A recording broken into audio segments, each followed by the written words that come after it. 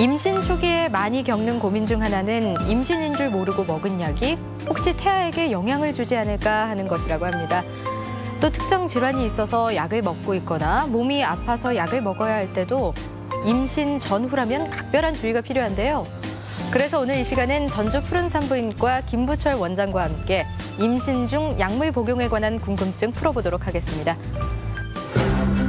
건강한 임신과 출산을 위해 임산부가 알아야 할 상식. 임신 중 약물 복용에 관한 궁금증을 산부인과 전문의 김부철 원장과 함께 풀어봅니다.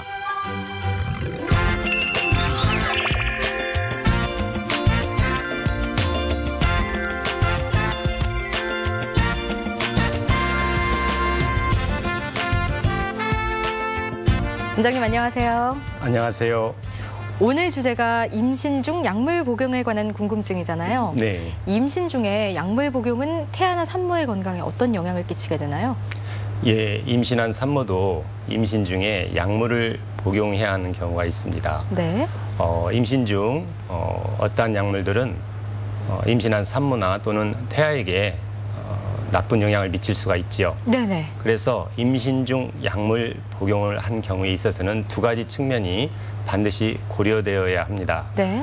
첫 번째는 임신 중 어느 시기에 약물을 복용하였느냐 하는 것입니다. 두 번째는 어떤 종류의 약물을 복용하였느냐 하는 것입니다. 네. 임신을 알지 못했을 때 네. 약을 복용한 경우가 종종 있을 것 같아요. 네네. 이럴 때는 어떻게 해야 되고 또 임신 중에 약물을 복용해서는 안 되는 기간이 있나요? 예. 예, 흔히 가임기 여성분들 중에는 생리가 며칠씩 좀 불규칙한 경우가 있죠. 네. 이런 경우 공교롭게도 어떤 질병으로 인해서 약을 복용하고 있던 경우에 네. 생리가 오지 않아 임신 테스트를 해보면 양성으로 나오는 경우가 가끔 있습니다. 네.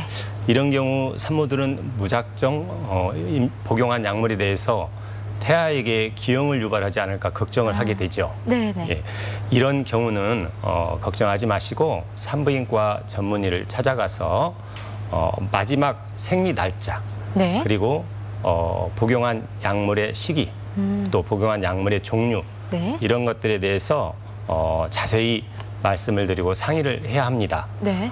가끔은 임신한 사실을 모르고 무심코 복용한 약물로 인하여 너무나 걱정한 나머지 임신을 중절하는 그런 경우들이 가끔 있지요. 그러나 흔히 임신인 줄 모르고 약물을 복용한 그런 임신 아주 초기, 네. 즉 수정이 되고 난 뒤 2주 정도 기간은 복용한 약물이 태아에게 전혀 영향을 미치지 않습니다. 왜냐하면 이 경우는 아직 발생이 시작하지 않은 시기거든요. 네. 다시 말해서 정자와 난자가 나팔관에서 만나는 걸 수정이라고 하는데 네. 수정이 되고 나서 6일 정도 지나면 자궁 안으로 들어와서 자궁 내막에 착상을 하게 됩니다. 네네. 그러면 착상을 하고 나서 그 뒤 한 일주일 정도 지나면 생리가 와야 되는 날이 돌아오는 거죠. 네. 예, 네. 그래서 이 정도의 시기까지는 복용한 약물이 아직 태아의 발생이 시작되지 않은 시기이기 때문에 네. 임신에 영향을 미치지 않습니다. 그리고 수정이 된 후 2주 이후부터 네. 약 13주까지 이때는 중추신경계가 완성되는 시기입니다. 네. 태아가 수정된 뒤 2주 후부터 발생을 시작하여 약 13주까지 사람의 형체가 만들어지죠. 네네. 이런 사람의 형태가 완성되는 것을 중추신경계가 형성된다 이렇게 얘기합니다. 이런 시기에는 약물 복용이 심각한 영향을 미칠 수 있습니다. 그래서 되도록이면 이 시기에는 어떠한 약물이라도 복용을 삼가하는 것이 좋겠고요. 네. 꼭 약을 복용해야 하는 그런 경우에는 산부인과 전문의 또는 해당 진료과 전문의와 상의하여 약물을 복용하는 것이 좋겠습니다. 이런 경우도 있잖아요. 뭐 당뇨, 고혈압, 갑상선 질환, 뭐 간 질환이 있으신 분들은 계속해서 약을 복용하셔야 되거든요. 예. 이런 만성 질환이 있는 환자들 같은 경우에는 어떻게 해야 되나요? 예, 만성 질환자들도 임신을 원하는 경우에는 충분히 임신해서 건강한 아이를 낳을 수 있으니 네. 해당 진료과 그리고 산부인과 전문의와 동시에 진료를 함께 보면서 임신을 준비하고 또 임신한 경우에는 임신을 잘 유지해 나가도 됩니다. 네. 당뇨, 고혈압, 또 갑상선 질환, 천식 또는 간질 등 만성 질환자들이 임신한 경우에 주사제 또는 복용할 수 있는 약물들이 있습니다. 네. 만성 질환을 가진 임산부가 태아에게 약물을 복용한 경우 오히려 태아에게 기형을 유발하지 않을까 걱정이 돼서 약물을 네. 복용하지 않는다면 네. 오히려 산모나 태아에게 나쁜 영향을 미칠 수 있습니다. 모두에게 영향을 끼치게 되는군요. 예. 네. 이 주의를 보면 임신 중에 한약을 복용하는 경우도 있어요. 예. 한약 같은 경우는 임산부에게 괜찮은 건가요? 예. 양약과 마찬가지로 한약도 임신 중 먹어도 되는 좋은 한약이 있고 네. 또 먹어서는 나쁜 영향을 미칠 수 있는 그런 한약이 있습니다. 네. 특히 인삼이나 녹용 같은 그런 단일 제제의 한약재를 장기 복용하는 것은 임신에 좋지 않은 영향을 미칠 수도 있습니다. 네. 그래서 양약과 마찬가지로 한약도 임신한 경우에 복용을 필요한 경우는 한의사와 상의해서 복용을 하는 것이 좋겠습니다. 네. 그러면 임신 중에 복용할 수 있는 약물들에는 어떤 것들이 있나요? 예, 우리가 흔히 임신 중에 안전하게 복용할 수 있는 약물로는 네. 먼저 소화제나 위장 계통의 약. 산모들이 임신하게 되면 초기에 입덧으로 소화기 계통의 불편감을 많이 호소하죠. 네네. 뭐 구역이나 구토 또는 오심, 속이 메스껍고 또 네. 소화가 잘 안 되는 또 복부 팽만감 이런 것들을 느낄 수가 있는데 이런 경우에 소화제나 위장약은 비교적 안전하게 사용할 수가 있겠고요. 네.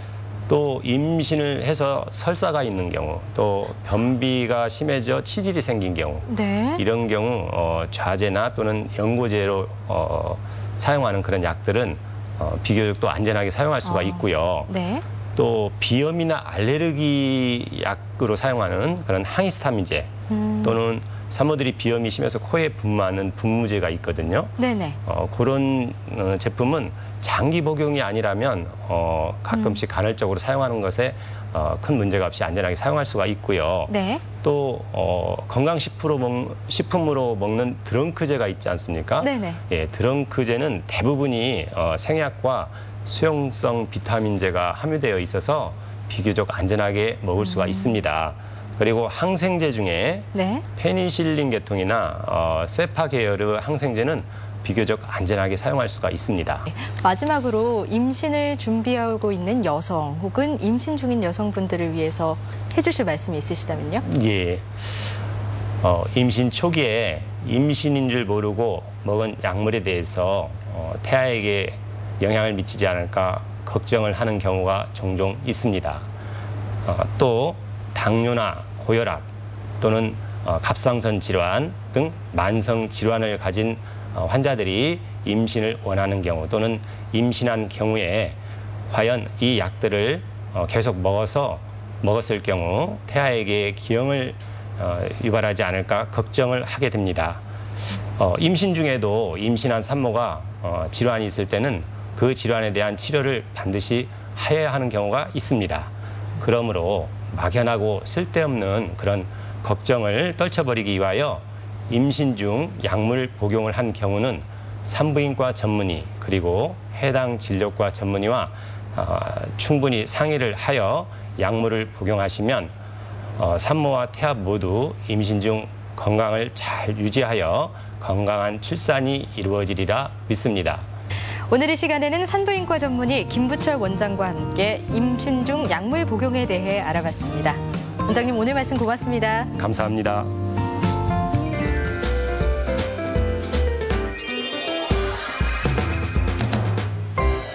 건강과 취미 생활을 위해서 운동을 즐기는 인구가 많아지면서 어깨 통증을 호소하는 사람들이 적지 않습니다.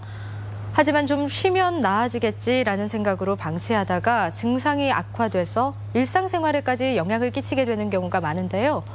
오늘 이 시간에는 어깨 통증, 팔이 안 올라가는 경우에 대해 여수백병원 백창희 원장과 함께 알아보겠습니다. 천근만근인 어깨 통증, 정확한 진단과 신속한 치료가 해답입니다. 정형외과 전문의 백창희 원장과 함께 어깨 통증, 팔이 안 올라가는 경우에 대해 알아봅니다.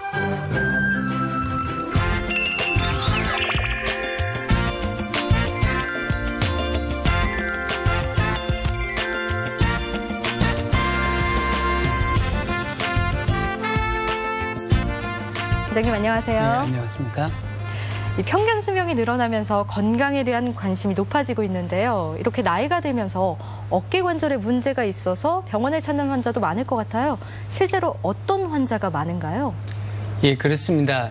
어깨가 아파서 병원에 오신 분들을 보면 단지 아프기만 한 사람, 네. 또 어떤 분들은 팔에 힘이 떨어지는 사람, 또 어떤 분들은 심지어는 어깨 근육이 말라서 오는 사람, 네. 팔이 굳어져서 잘 돌아가지 않는 사람, 이렇게 여러 가지가 있습니다. 연령층도 물론 다양하고요. 네. 근데 저는 치료를 시작하기 전에 이분이 몇 살인가가 중요한 게 아니고 앞으로 몇 살까지 이분이 더 활동을 하실 수 있을 것인가, 그 나이를 보고 치료 방향을 결정을 많이 합니다. 네.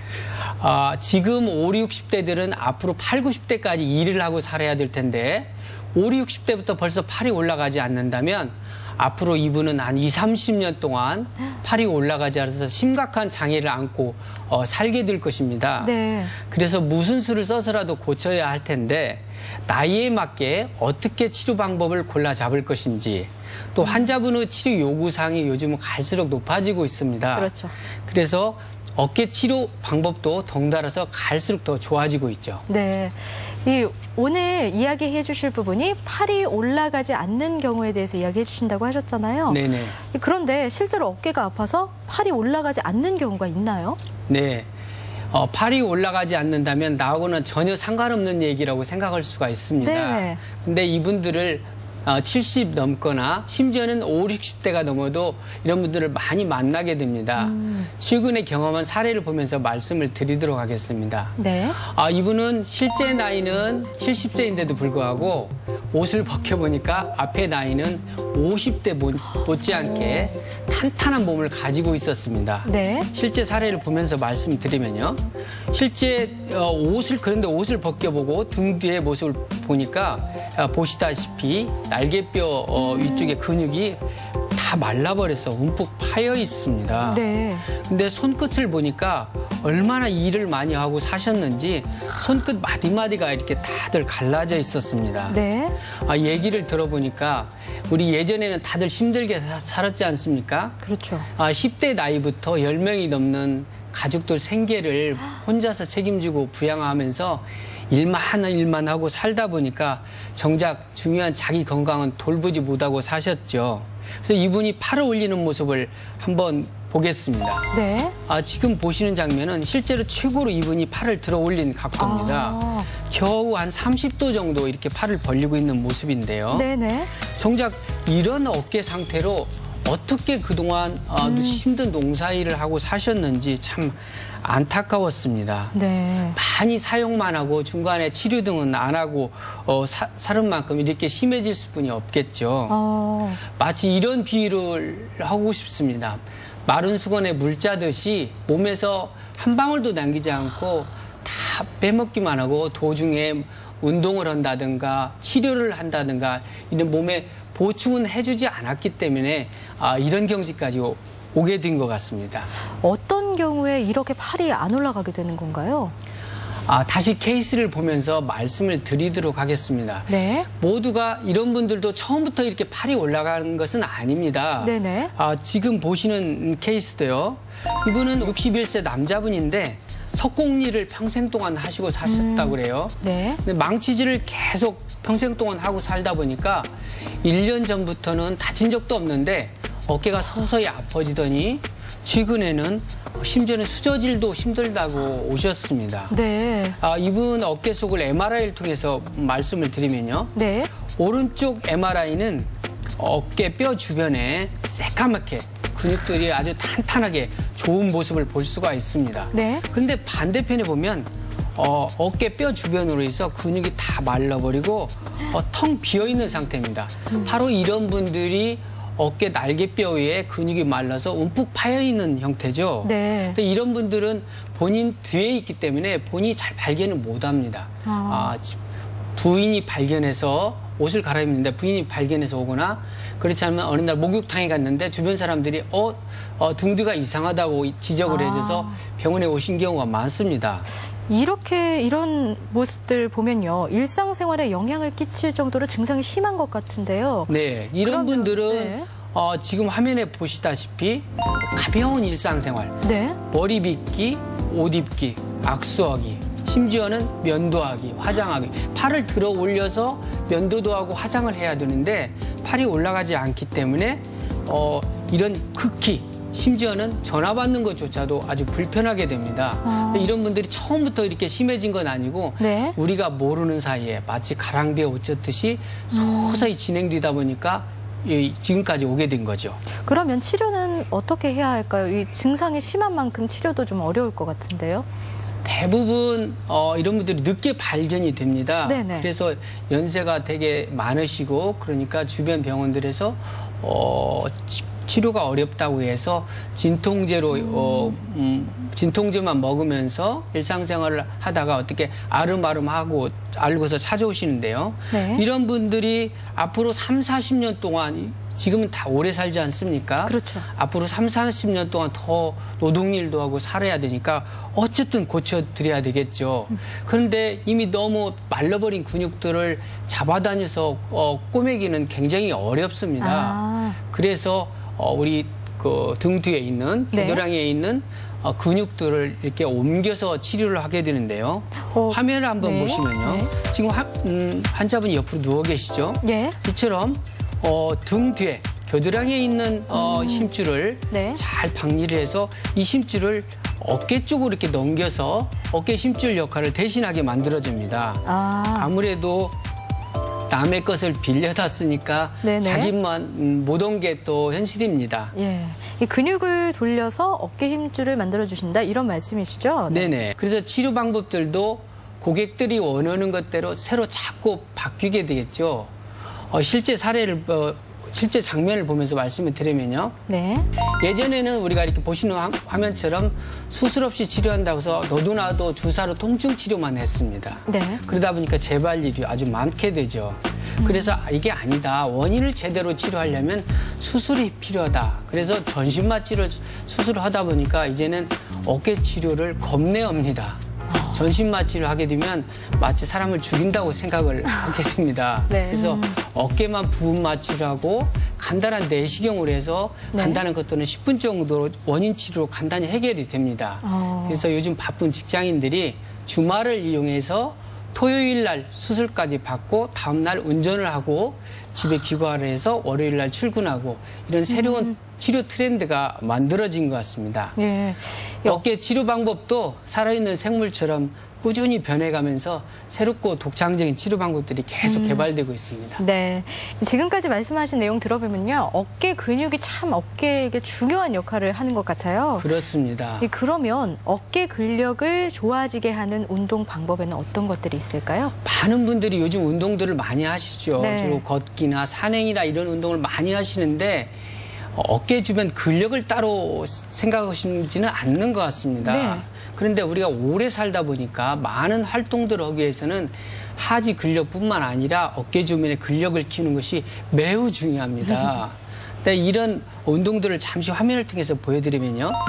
보시다시피 가벼운 고무줄을 이용해서 집안에서도 이렇게 쉽게 운동을 할 수가 있습니다. 네. 이런 고무줄은 색깔별로 나와 있습니다. 아주 탄력이 강한 것부터 약한 것까지. 그래서 처음에는 약한 걸로 시작해서 이런 고무줄 운동을 한 동작당 5번씩 이렇게 잡아서 몸통은 돌지 않으면서 5차례 정도 하는데 움직이면서 5초 동안을 유지해야 됩니다. 물론 예. 몸통은 돌지 않고 어깨만 움직여야 되겠죠. 네. 이런 동작을 아침, 저녁으로 하시게 되면 물론 뭐 굉장히 시시해 보여서 저것이 무슨 도움이 될까 그럴 수 있겠지만 네. 오히려 나이 드시면서 이런 운동을 꾸준히 해오게 되면 어떻게 보면 자식보다도 더 효도를 받을 수 있는 운동이 이런 운동이 아닌가 싶습니다. 네, 마지막으로 닥터 MBC 시청자분들께 당부의 말씀해 주신다면요? 예, 며칠 전 통계 자료에 따르면 우리나라 사람들은 평균 81세까지 산다고 합니다. 근데 그 중에서 10년 동안은 투병 생활을 한다고 그래요. 병으로 약을 먹고 치료를 하고 그러겠죠. 이제는 100세 시대에 오래 사는 것도 중요하지만 얼마나 건강하게 사느냐가 더 중요합니다. 걷기 운동만 고집하지 마시고 이런 간단한 고무줄이나 아령 등을 이용해서 꾸준히 어깨 근력 등을 키우시게 되면 나이 들어서 더 자신감 있게 살 수 있습니다. 어깨가 날개입니다. 네, 도움이 되셨을 것 같습니다. 오늘 이 시간에는 정형외과 전문의 백창희 원장과 어깨 통증, 팔이 올라가지 않는 경우에 대해 알아봤습니다. 원장님, 오늘 말씀 고맙습니다.